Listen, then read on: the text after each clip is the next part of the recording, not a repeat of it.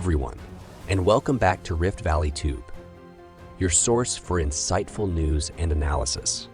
I want to extend a warm welcome to our loyal subscribers and a big thank you to those who've just joined our channel.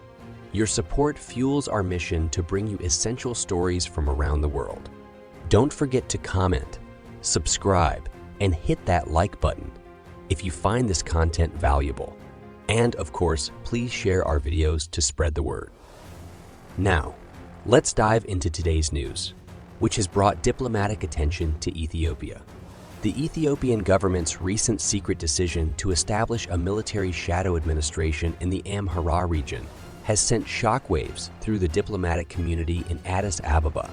This move not only raises significant concerns about human rights violations, but also draws parallels with historical instances of military administration in Northern Ireland and Tibet. So let's explore these unsettling parallels and the implications for Ethiopia.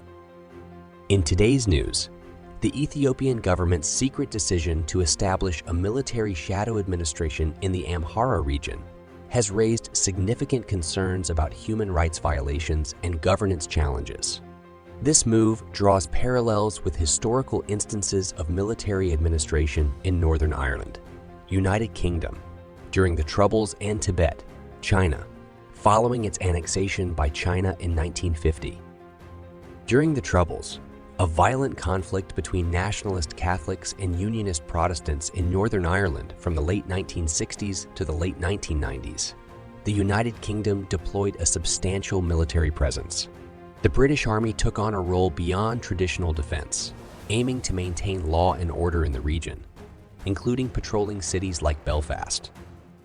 The military administration in Northern Ireland was marked by controversy, with allegations of human rights violations, including unlawful killings and mistreatment of detainees. The policy of internment without trial added to the tensions, leading to international criticism. Critics argued that the military's approach often deepened divisions and exacerbated the conflict, demonstrating the challenges of using the military for governance. Following the annexation of Tibet by China in 1950, the Chinese government implemented a policy of military administration. Chinese military forces gained a strong presence in Tibet, tightly controlling the region. Limited autonomy was granted to the local Tibetan government, and Tibetan Buddhism came under strict state control.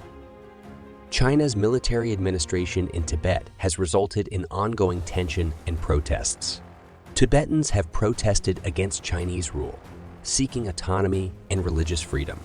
These protests have led to clashes with Chinese security forces, who have responded with censorship, arrests, and surveillance. Ethiopia's Amhara region. The Ethiopian government's recent decision to establish a military shadow administration in the Amhara region bears similarities to Northern Ireland and Tibet. In all three cases, military administration was implemented in response to internal conflicts and security challenges. However, the use of the military for governance raises significant concerns. In a significant and controversial move, the Ethiopian government has taken steps to establish military administration in each city within the Amhara region. This decision, which appoints shadow administrators with military oversight, comes as the country grapples with ongoing conflicts and ethnic tensions. The decision to appoint a shadow military administrators for Amhara region cities marks a major shift in the governance structure of Ethiopia. The move is seen as a response to the escalating conflict in the region and concerns over the uprising, and to subdue the demands of the Amhara people. Each city within the Amhara region will now have a shadow administrator appointed directly by the Ethiopian Prime Minister and managed by the head of security Tamsjin Truen, who is ethnic Amhara from Gojam. These shadow administrators are primarily military personnel with the authority to oversee local governance and maintain power and order. The government internal memo claims that this measure is essential to restore law and order, protect civilians, and combat insurgent groups. The Amhara region, one of Ethiopia's largest and most diverse regions, has been in turmoil and standoff with the ruling Oromo Prosperity Party. The conflict has led to displacement, loss of life, and humanitarian crises. The Ethiopian government's decision to impose military administration is an attempt to address these issues, but has raised concerns about potential human rights violations and further exacerbation of ethnic tensions. The international community has expressed growing concerns over the situation in Ethiopia, with many nations urging restraint and peaceful resolution. Human rights organizations have raised alarms about the potential for abuse of power and violations of civilian rights under military administration. The United Nations and various humanitarian agencies are closely monitoring the developments in Ethiopia and are calling for unrestricted access to deliver aid to affected populations. The implementation of military administration in Amhara region cities is a complex and sensitive issue. While some view it as a necessary step to restore stability, others fear that it may intensify the conflict and lead to further suffering for the region's residents. The Ethiopian government faces the daunting task of balancing security concerns with the protection of civil liberties and human rights. The effectiveness of this approach will be closely scrutinized by both domestic and international observers, with hopes for a peaceful resolution and a path toward reconciliation in this troubled region. This is a developing story, and we will continue to provide updates as more information becomes available. As we wrap up this report, it's essential to understand the complexities and challenges of using the military for governance.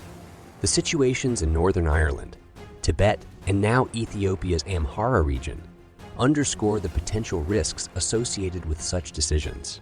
Human rights violations, governance challenges, and international scrutiny are recurring themes in these cases. Before we go, I want to remind you all to continue the conversation in the comment section below. Share your thoughts, insights, and questions. And if you haven't already, be sure to subscribe to Rift Valley Tube for more in-depth news and analysis.